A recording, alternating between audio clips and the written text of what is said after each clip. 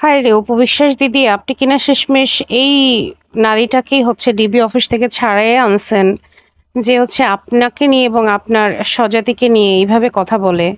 আল্লাহর রহমতে আমার জীবনে আমি একটাও কোনো হিন্দু ফ্রেন্ডকে খারাপ দেখি নাই। আমার যেহেতু চিটংয়ে বেড়ে ওঠা, আমি দেখেন এই যে আমি মেলায় ঘুরতে গিয়েছি, এখানেও কিন্তু ম্যাক্সিমাম হচ্ছে অনেক সুন্দর, সুন্দর মানে ছোট, ছোট খেলনা ছিল। সাথে কিন্তু এরকম মূর্তিও ছিল এবং আমি কিন্তু সেগুলোর ভিডিও করেছি।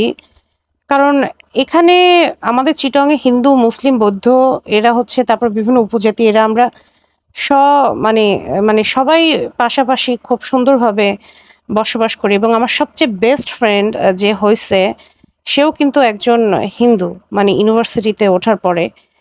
তো আমি জীবনে কোনোদিন দেখলাম না তারা এমন কিছু খারাপ কাজ আমার সাথে করছে যাতে করে আমাদেরকে, মানে আমাকে তাদেরকে এই ধরনের ট্যাগ দিতে হইছে বা হবে। বরং ওদের বাসায় গেলে ওরা যেরকম আন্তরিকতা দেখায় সেটা আর কি অকল্পনীয়। তো আপু ঠিক আছে, আপনি ভিডিও বানান, আপনাকে তো ডিবিতে নেওয়া হয়েছে। আপনি নিজেই জানেন না হয়তো যে আপনার মানে কতটুকু মুখে লাগাম রেখে কথা বলা উচিত ছিল। হয়তো সেই মানে আপনার হয়তো জ্ঞানের অভাবটা ছিল।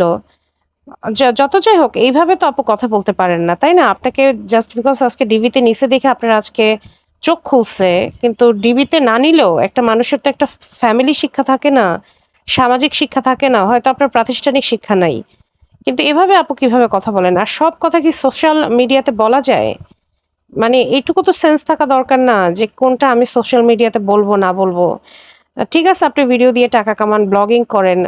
মানে আপনি তো কনস্ট্রাকটিভ ওয়েতে মানে যুক্তি দিতে পারতেন। আচ্ছা যাই হোক, আমি আবার এই ভিডিওটা বানাইছি, দয়া করে আবার আমার ছবি-টবি নিয়ে আমারে নিয়ে আবার কোনো ভিডিও বানায়েন না। কারণ আপনারা তো এগুলো খুব মানে এগুলোতে খুব পারদর্শী যা দেখলাম।